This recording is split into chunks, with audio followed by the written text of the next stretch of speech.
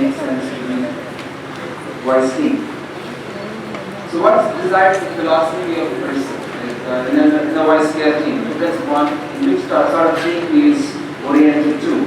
Whether he is in a medically oriented team, an educationally oriented team, or a team towards professional voice users. Depending upon that, we can decide on the diagnostic and therapeutic philosophy. It also depends upon where you work. Whether are you working in a medical center or a voice laboratory. Medical center, probably the emphasis would be more on medical examination, provide an etiological diagnosis and management. And if you were on a voice laboratory, probably a functional diagnosis, giving more emphasis on the vocal behavior, how the vocal folds behave and how the sound emanates, defining the characteristics, limitations, and possibilities for change of the disturbed voice production, maybe the focus. The voice pathologist in the team can take two roles. One is a proactive as a client coordinator or client manager, and a reactive professional role defined by the referee. In the first role, he is the first professional to be met by the clinician, by the patient, and he streamlines, the voice pathologist streamlines the communication between the professionals and the client. The second role, probably reactive role, is basically referral based, depending upon who just addresses the referral. Depending upon the referral, the specific requests to the referrals are made and clarifications are sought, and probably treatment options are suggested and prognosis is implemented. And what can the voice evaluations answer? Now we can do voice evaluation in two ways. One is an initial voice evaluation, the first time the voice patient comes to the clinic, and subsequent voice evaluation later after you tried some amount of either preventive counseling, like where to work on vocal hygiene, voice rest, and then follow, or you try some manual disease something or some medicines against this. The first question which you can answer is a given voice normal or pathological? How severe is the pathology? Which aspects or mechanisms of voice production are affected? How does this relate to the etiology or the component that is deviant? How does these account for the client's opinion? That's very important. How does these account, all these variations account for the client's concern? Like, boy, I didn't talk that much Malayalam there, but there was something very funny in the way he answered. The concern was probably very different. So how does these account for the client's complaint? What is the possible line of management and expected prognosis? The subsequent voice evaluation, we can compare before and after intervention. So you have the data for you to show that your interventions have worked. So you can see differences before and after. Comparison between two different voicing conditions or manners, like this manual pressure, so you can see that amount of compensation or utilization of the vocal folds, and then voice changes are seen. Those voice changes can be documented that allows you to decide on what sort of management you can take on. Closeness to the normal or expected change in voice. How close can you get to the normal voice? What is the expected prognosis? And the evaluation decides the combination of therapy or termination of the treatment. What is the maximum you can achieve and how can you quantify it? Now, what are the different approaches? Broadly, you can have 5 different components or approaches to any voice evaluation. One is a behavioral analysis of production, that is a perception analysis, most often times done by speech pathologists and also the ENT surgeon who has training to listen to these voices. I would think that is the gold standard. That gives the first idea about the voice problem itself. So behavioral analysis is very important.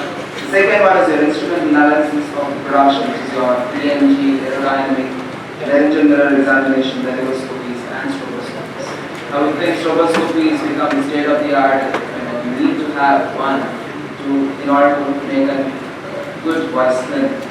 Analysis of the product, which is your acoustic analysis. In subsequent slides, I will give more emphasis on acoustic analysis. How the speech pathologist can play an effective role in the voice care team. What can we offer to the surgeons? And analysis of the producer, that is your medical history, medical history and status. Psychosocial aspects like self-concept, emotional stability, motivation levels. These are some things which Dr. Sharat upon in his initial slides when he said history is very important. And then Dr. Jayakumar also mentioned the psychological aspect is so important. It takes a lot of training on the voice. So you need to look at the producer, which is the subject, and so the client himself. And analysis of the process. There is a self-perception. What does it mean to him? There is a voice problem, all of us say, but does it mean anything to him at all? That makes all the difference in the management. So self-perception and others' perception about his voice. For any of these voice analysis, the first step is recording the sample. You need to have a good voice recording for you to analyze. So what do we use is a digital audio tape. Nowadays, recording on a tape recorder and then converting into digital form is gone away. So directly we can use any digital audio tape, and a good decent one can be obtained for around 6,000 to 7,000 rupees. Nice digital audio tape, very small, it's neat, and you can just keep it in the pocket. Okay, or an analog tape recorder with an entry converter, analog to digital converter. Sampling frequency rate should be at least 20,000 hertz. That allows better analysis of the signal. Higher sampling rates are required for singers and professional voices. When they are singing, probably they touch high pitches. In order to analyze such super high pitches, you need to have a higher sampling frequency rate of the order of around 44,000 hertz. A good soundproof room is preferred, or at least the ambient noise should be less than 50 decibels. We don't require recording studio type recording rooms, or we don't require audiometry configuration. That much soundproofing is not required. So the ambient noise should be less than 50 decibels, and the room should be non-reverberant. This room is little reverberant. You should have little non-reverberant rooms. So curtains and carpeting, all these little adjustments in the room itself will make a lot of difference in the ambient noise and the reverberation. A sensitive microphone, miniature head-mounted microphones are preferred so that it can be kept closer to the thing depending upon the voice quality. For example, if there is a hypo-functional voice where the person is not able to produce or elevate his volume, keeping a mic closer to the source or at the level of mouth will allow you to pick up the signals. Where you position the microphone, an off-axis position reduces the aerodynamic impact. It can't be kept straight, an off-axis, an angle is preferred.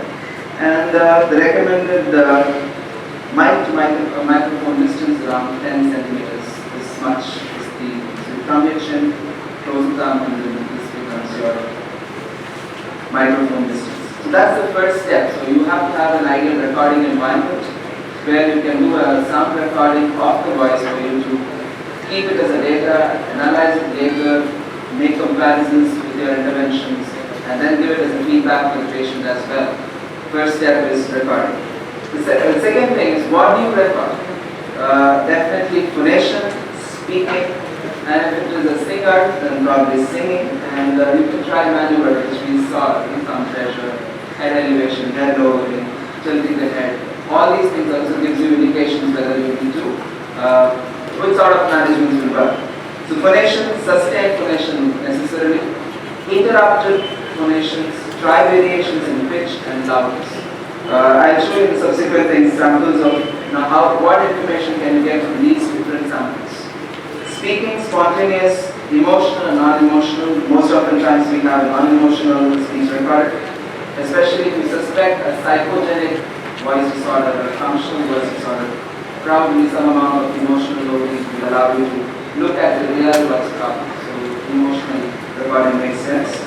Counting numbers, reading a standardized passage is also. Singing, Adhara Shruti or the tonic note is the basic singing pitch, the singing scale, the range, the song or the ornament to make the variations they bring about those musical effects. And maneuvers depending upon what you want to think. So let's start with behavioral analysis. One of the behavioral analysis which is accepted world over is the Garval's or the GRBA scale proposed by Hirano in 1981, where it's a 5-grade rating where you have G for overall voice quality, B is the auditive impression of the turbulent air leakage, insufficient glottic closure, which is reflected as a breathiness in the voice. R is the roughness, which is because of irregular glottic pulses, abnormal fluctuations in the pitch, separately perceived glottal pulses as in fry. You feel that pop sounds in between the voice, so it's like a fry. Sometimes diplophonic, where the voice switches between a normal pitch and a lower pitch or a higher pitch, and register breaks when they are transiting registers. Asthenia is weakness, and strain is the effort, the physical and perceived effort in the voice which you see. In fact, the European protocols don't think that asthenia and strain needs to be included, so GRB is also good enough. You can get an idea of the grade, the overall severity of the problem, the breathiness component in it, and the roughness gives you an idea of what the voice is. Asthenia and strain may not be. Let's listen to a few samples for us to understand what these are. Breathiness. For the benefit of language and playing or English samples.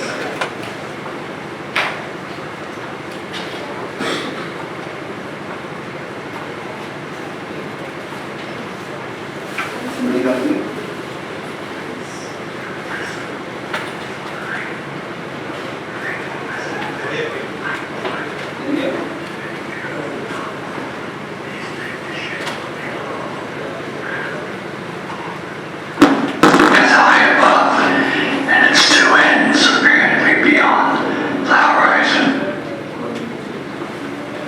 That's a breathy voice. I think the last portion you heard, so that's breathy voice. Roughness is more irregular, and you can see some sort of diplophonic perceived in front of fry voice. The sunrise strikes the raindrops in the air. They act like prism and form a rainbow. Rainbow is a division of white light into many beautiful colors. These take the shape of an long, round arch with its path high above and two ends barely beyond the horizon. Okay, and a scenic voice. When sunlight strikes raindrops in the air, they act like a prism and form a rainbow. The rainbow Each breath is a division the of voice light trails into down, many voice different volume colors. comes down, there's not a These lot of take the breathiness shape of a long, round arch with its path high above and its two ends apparently beyond the horizon. and a strained voice. When the sunlight strikes raindrops in the air, they act like a prism and form a rainbow. You can perceive the. The rainbow is a division of white light into many beautiful. Okay, so that's the first step where you need to decide on the perception parameters, which is based on your ear, it is deciding on what type of voices or is. Second is instrument analysis. The first thing to analyze is your breathing system, your respiratory system, because that gives the energy for your vocal cords to vibrate. So traditionally used are the PFT, pulmonary function test, which can measure using spirometers. And the measurements made are usually vital capacities, tidal volumes, inspiratory and expiratory reservoir volumes. This gives you an idea about the lung capacity, how much of reservoir support is there for the person to use. So that accordingly you can decide on what is the plan of management. Body plethysmograph gives you an idea of functional reservoir capacity. And if the interpretation is, if static measures are high, pulmonary exercises and medications may be helpful. That is an which you can take. And flow volumeters, where you get an idea of airflow, pressures and resistance. That gives you again idea about the resistance at the level of folds, and suggesting also insufficient glottal closures, sometimes you can get an idea. If we don't have all these instruments, what do we do? Simple measures of maximum connection time and SASA ratios gives you a good idea of the breath support and the coordination of the breathing with the renal system. So what you should take care of is the right instruction to do maximum connection time, and you ask the person to do 3 trials and take the maximum of 3 trials, that's called maximum connection time. Normally for an adult Indian male or female, you can expect anything around more than 50 15 seconds. For a singer, I would think almost 20 to 25 seconds should be good time. What does this reflect? This reflects fatigue effects, coordination between the breathing mechanism and the laryngeal system. The compensations made at the level of respiratory system or because of respiratory incapacities, compensation at the laryngeal level, or because of the laryngeal problem, compensation at the level of the respiratory system. The differences in the voice modes, all these can be identified using Murali mass information type. Salsa ratio, again, the instruction is important. Normal value ranging between 0.9 and 1.1. And it reflects the degree of vocal cord closure and respiratory control. So that's the first step. So first is you do a behavior analysis followed by an instrumental measure where you do a respiratory system analysis. Instrumental analysis also includes visualization of the larynx. You necessarily look at the larynx for you to now what is clinic. No patient is taken for any sort of therapy or management without actually looking at the larynx, either through a laryngoscope or through a stroboscope. You don't even depend on just the idea. You have to see the vocal folds move. So stroboscopy and laryngoscopy gives an idea of mucosal alterations in pathological fold functions, documents pre and post treatment changes. Only a caution or an interest is once we get more specialized, we should start using the equipment and the capacity of the equipment. So stroboscopes probably need to be used as strobe units than just as laryngoscopes. So beyond looking at the lesions, also look at the vocal cord behavior, how it moves, mucosal waves, the amplitude, all the parameters. That gives you a lot of understanding about the physiology. I think this is the point which Dr. Dr.Murali again stressed this morning and said that don't look at the pathology, look at the physiology, pathophysiology gives you that idea of the instrument. The third point is the acoustic analysis. I'm going to spend some time on this because that's the topic aside from me on understanding acoustic analysis. Why does it make sense? How does it make sense? First thing we should understand is it reflects status of vocal function and do not specifically relate to any voice disorder. So ENT surgeons should remember that when you are referring to a speech pathologist or a person who is doing acoustic analysis, don't ask them, is it a vocal nodule or is it a bundle? Ask them, how is it behaving? What is the status of the vocal function? They cannot tell you whether it's a bundle or nodule on acoustic analysis. Okay? Allows visual representation to aid perception and distribution of the voice. So gives you quantified values. You can see changes after surgery, you can see changes after therapy. It gives you a good description of the voice condition.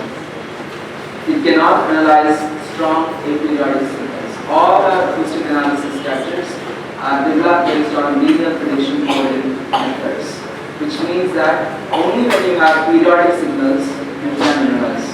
So what we will do is, in the aperiodic signals, the voice pathology usually produce aperiodic voices. We isolate or identify the most periodic segment and then think that will be the proper representation of the entire signal. So irregular or aperiodic signals cannot be analyzed using voice acoustic analysis softwares. And there are patented voice softwares and freewares are available on the net. Many of these acoustic analysis are available now for free downloads and they perform very good things. And you have a range of materials which you can look into, starting from habitual frequency to voice to harmonic ratio. We'll spend some time and see how clinically these parameters may be relevant. The first and the foremost, I would think, is for any voice condition is habitual frequency or fundamental frequency and the habitual intensity at which we speak. So for this, you can ask the person to phonate, or you can ask the person to speak, and then you can record. And there are age and gender expected norms for these parameters, like fundamental frequency or habitual frequency. Women have higher pitches, so they are above 180 Hz. Men have lower pitches, anywhere between 80 and 180 Hz is expected for an adult normal male. And for children, usually they are more than 280 Hz. Intensity again depends upon the situation. So you can simulate the situation and say, imagine you are in a library and stop. So that means the person has to stop in a softer volume or probably whisper. Imagine you are in a market and then speak.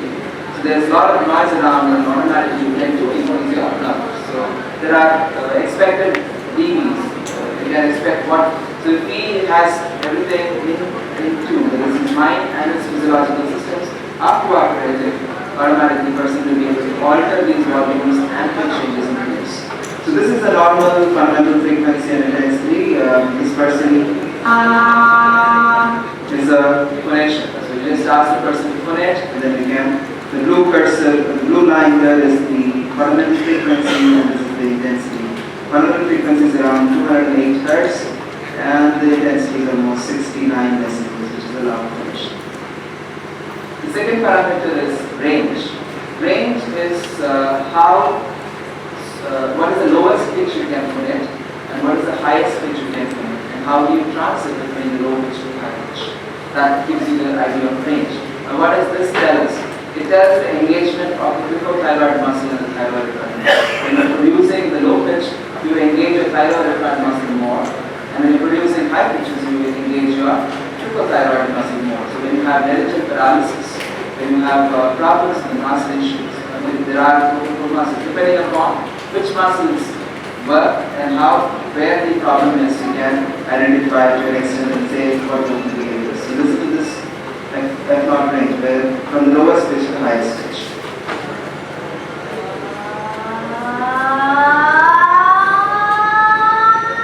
It's a high pitch.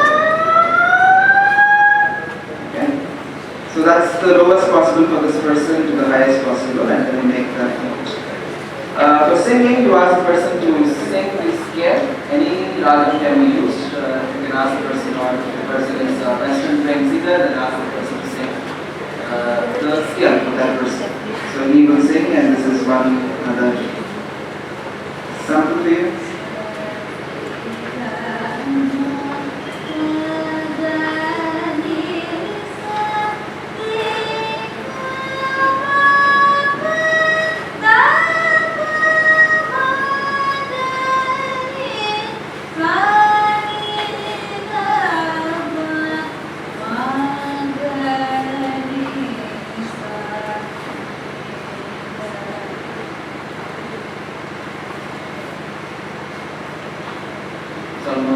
Barely audible. The last note which she touched was the lower octave, the almost octave, that was not perceived. That is audible.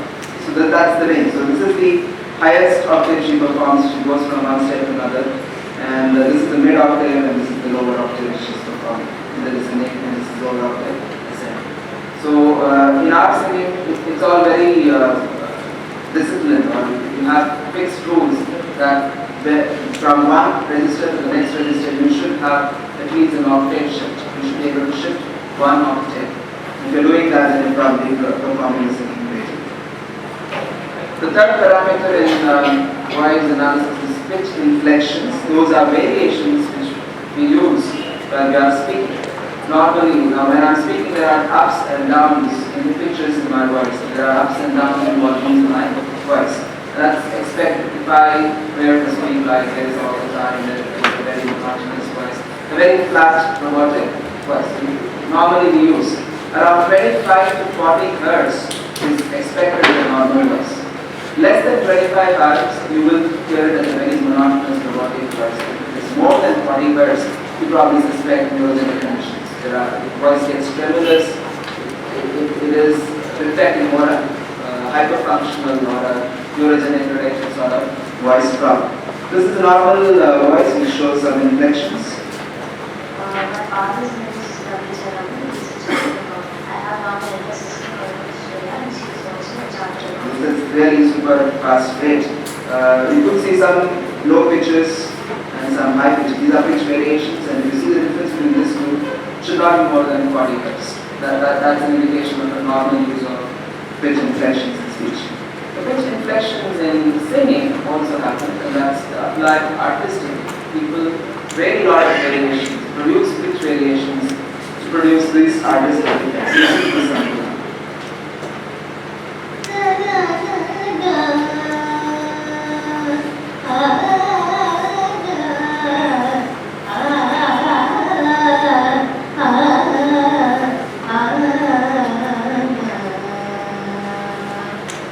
Okay, why did I play this?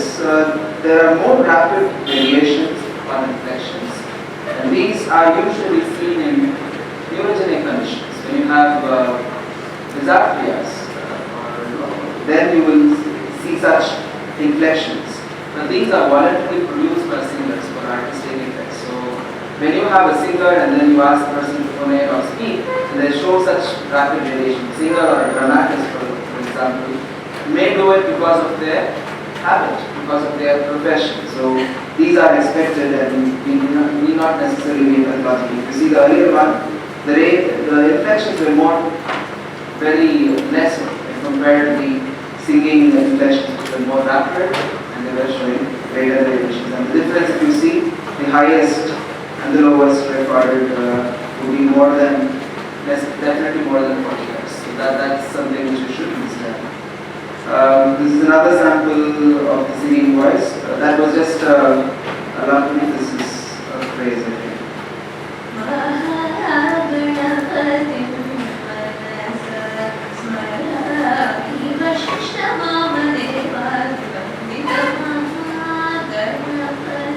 So these inflections which you see here very rapidly are because of consonant and vowel combinations. So all these while we were seeing only vowels, steady states. And this pitch variations which you are seeing in things should not be misinterpreted or should not be. Those are variations because of consonant and vowel, and there is an added effect because of singing effects. So the next thing is we can quantify pitch breaks using acoustic analysis. So pitch breaks, this is the sample.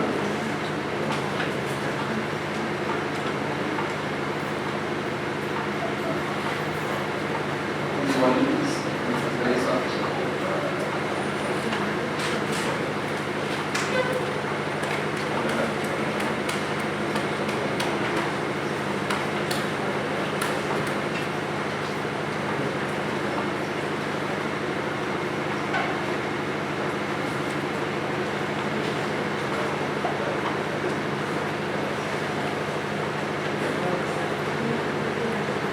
Okay, what we want to see is the pitch drops very rapidly and there are breaks in between. Those are the pitch breaks. This is a pitch contour. If you had seen a normal speaking and singing, these were more continuous. You can see that the pitch is raising, falling, and only when the person is breaking for a small silence is again a break. Whereas when you have a pitch break, which is in a normal condition, then the breaks are more evident, it's longer, and the pitch falls or drop very rapidly. Okay. Dynamic range is the softest sound you can produce, the loudest sound. These are because again, it can be in two ways. One is through your glottal, that is subglottal pressure modulations, and second is resonating cavities. If you open your mouth quite wide, the nice demonstration by Dr.Murali said about the E vowel, and then you change the positions of the tongue, and the amount of openness you creates a difference in the volume or the loudness perceived. Now this should be done when you do a loudness range assessment or dynamic range assessment. You should take care that pitch is controlled. You don't engage the pitch muscles. You don't want the muscles to change. Slight changes will be there, those are inevitable. But basically you have to ask them to control the pitch and only change the volume. Listen to this. The pitch is pretty much the same, but only the volume changes there, and that is you see as a variation. Loudness variation, person can write numbers in different sizes and ask them to produce like 1, 2, 3, 4, 5, 6, 7, 9, 10. So depending upon the size of the number, I keep modulating. That again shows that I'm able to modulate my subglottal pressure, lateral excursion of the vocal folds, and my resonating cavities quite well, so I'm able to bring about these variations in the volume. Voice breaks are sudden, unwanted silences in the voice. Because of the mass lesion or because of the insufficient glottal closure, we produce some voices in between, silences, which could be like an aspiration or a complete silence as well. So you can see the pitch breaks there, so there is no effect there, and the loudness drops from this point. The green one is the loudness, and the red one, the blue one is the pitch. And however, the waveform, you can see that there is a signal.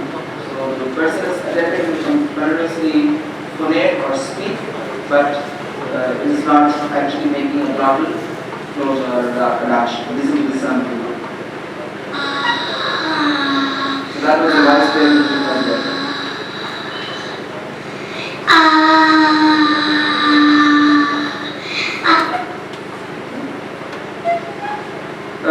Another aspect of voice which can be, the function of voice which can be quantified or experienced through acoustic analysis is the type of phonation, the mode of phonation. Basically, we can employ three types of phonation. One is a neutral phonation, which I'm talking. It's normal phonation. It's called modern phonation. I can speak like this. This is a high-pitched hyperfunction where you actually make a very tight glottal reduction, hold the falsetto mode, and that's a hyperfunction, which is a hyperfunction, which is where I engage my vocal folds very minimally and allow a lot of glottal seepage, allow a lot of breathiness that can be produced. Okay, and these can be quantified. Normal function, this is an MDVT graph. This is an equipment produced by the K Federas company, CSL and MDVT. That gives you almost 33 odd parameters. Don't ask me, are 33 parameters required for you to make a diagnosis? Probably not. We would look into specific things, but it gives you finer details. It gives you very precise information of the voice or vocal behavior. This is a model phonation.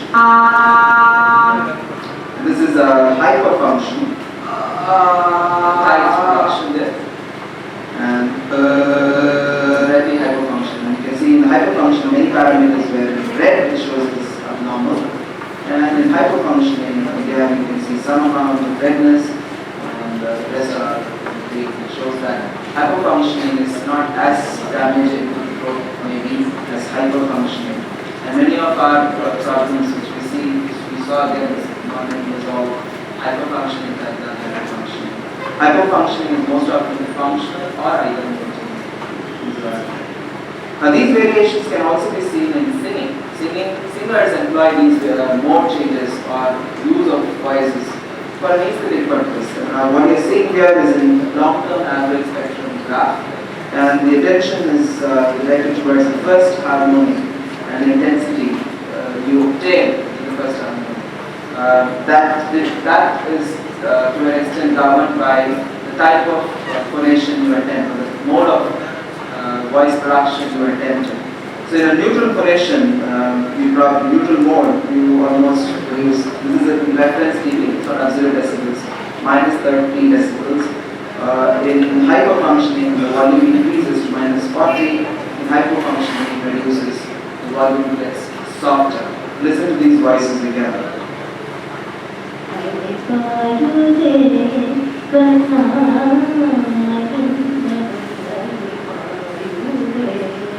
That's a neutral voice. Hyperfunctioning. That's a very high note, a higher octave, so the person is hyperfunctioning. And hypofunctioning.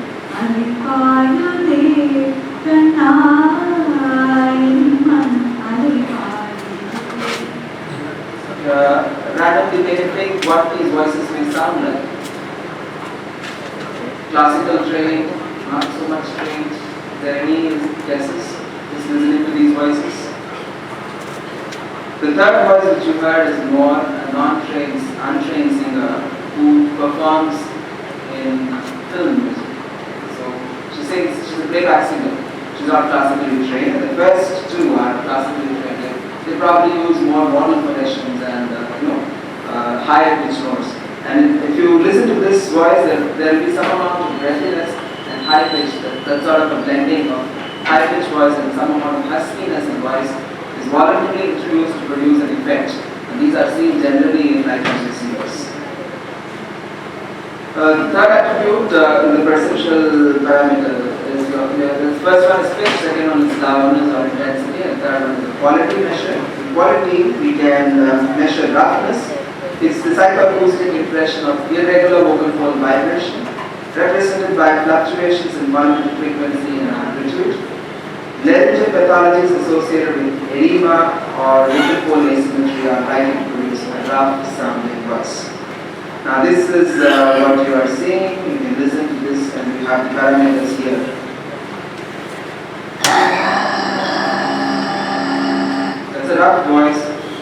fundamental frequency is this. Standard deviation of fundamental frequency, jitter and very normal.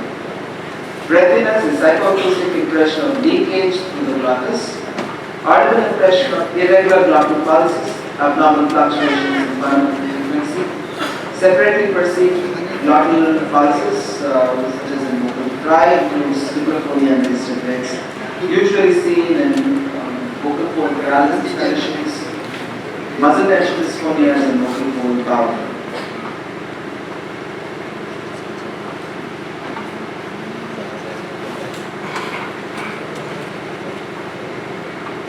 Sorry, it's a there. This is your fundamental frequency graph. You can see that there is volume through, but the vocal folds were moving only for this portion, and the rest of it is not moving. Again, starting to move there. That can be seen as a lot of noise in these areas in the spectrograms. You can see the harmonics only in a few bands and not the rest of it. Asthenia is psychoacoustic impression of a weak voice. Voice produced by thin vocal folds due to altered structure or altered function will sound asthenia. Okay? Especially when you have sulcus vocalis, many times we will produce a very tiring voice, a very profound sulcus vocalis gives rise to asthenic voice. Acoustically, the voice lacks the higher harmonics, shows instability in fundamental frequency and retention. So again, you can see that there is a drop in the pitch, there is a pitch break, there is a drop in the volume, and the higher harmonics are absent in this voice. That's a very feeble asthenic voice. Strain is psychoacoustic impression of effort and hyperfunction, acoustically represented by excessive noise and harmonics in higher frequencies and increased fundamental frequency. Vocal pathology is produced by hyperfunction, compression of the glottic and supraglottal structures produce strain.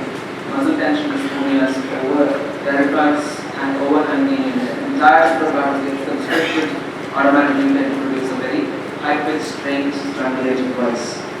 Acoustic impression of strain. Okay, and if you look at all these 5 different voice qualities, the values which you obtain for jitter, shimmer, standard deviation, fundamental frequencies are not making differences to identify whether these are different voice disorders. Okay? Values would be there. Interpreting these values, making change from pre and post makes sense for you to do. That to say, this fundamental frequency, this amount of jitter, this amount of shimmer is because of vocal harmony. It's not rational to conclude like that, and we can never conclude like that. Another factor which you can decide again on the vocal behavior. All the time I'm talking only of vocal behavior, how the vocal folds are moving, whether it is a normal condition or it is having a pathology. Another thing is the rise time and the fall time. That is how much time vocal folds take to come into reduction and then abduct. So that gives you the rise time and the fall time.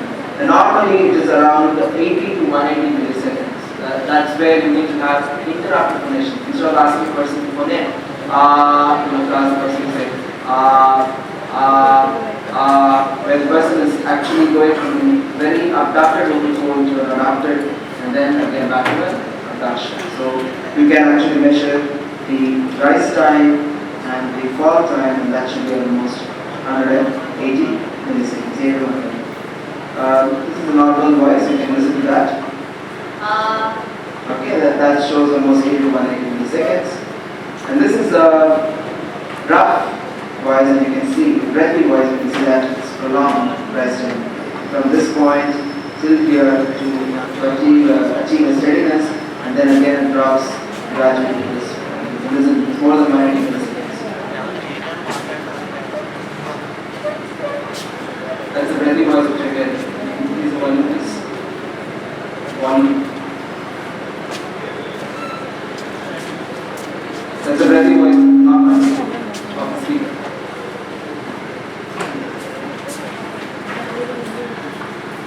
Okay, that's a breathy voice you're hearing. And this is short rise time of volume, which is less than 80 milliseconds. Shows a quick glottal reduction. It's going from an abducted position to an adducted position in a very fast manner. As a result, we produce very hard spike. You can see that as increase in the amplitude as well. That's the last voice. Vocal voice assistants can also be used to see about vocal loading. Again, many of us are seeing a lot of professional users like teachers, singers, call centers, where they need to be on phone for such a long time. How much of time they are using the voice and how the effects are. So we did a study and we found that 3 voice sample showed a voice like that, and it was all showing on normal parameters. And we subjected this person to almost 70 to 75 decibels of loud breathing for an hour till the time we could. And then we saw that after 10 minutes, voice quality changed a bit, and 20 minutes, the parameters again became a little more lesser, and those 24 hours was almost closer to normal. It shows that almost 1 day of voice rest itself produces a good amount of change. In 20 minutes of voice rest shows closer to normal, and 1 day complete voice rest gives you a good change. Now, apart from acoustic analysis, other procedures which can be used for analysis are electrocardiographs. It measures the close space information taken from electrocardiograph, photocardography, electrometries, electromyographies, and medical details and investigations can be taken from the analysis producer, that is from the case screen information. The last aspect is self-analysis, that is analyzing your own voice. So, voice handicap index by Coxon 1997 or something for our Indian population is developed by Ramya on India Institute of Speech here in Mysore. This data is going to be accessible for publication in terms of voice, so we are available for print and everybody can use it. It is visual and not scale and gives you an idea of what the voice means to this person. So finally, voice is multidimensional, so there are multiple aspects of voice assessment. You need to assess the breathing system, physiological systems involved in voice production. The person who is producing the voice, you need to look at the larynx, you need to hear the voice, and you need to get quantified information from the basic sequential comparisons. So an analysis is required for diagnosis, presenting changes in treatment, and meta-analysis. And the basic set of analysis should necessarily include perception, video stroboscopy, acoustic analysis, aerodynamic analysis, and subjective evaluation artifacts. Now, one final concluding remark is when the only tool you have is a hammer, whole world is like a nail. So, if you don't have all these fancy gadgets, that's something you cannot do, or you can't build a voice team, or you can't build it, it's only your mind. So, everybody starts with a simple thing. So, but you have to keep on improvising. Initially, you may start with just here and then it's not enough. You need to go on. This is the place where I come from, the Ramchandra University, Chennai. This is a glimpse of my department. We are in the building. This is our reception area, public education area. This building is our department library. This is one of our lecture halls. This is psychoacoustic lab where we give training, and this is my voice lab where students learn to analyze voice samples. This is our therapy unit. Feedbacks are given to patients and students. This is our diagnostic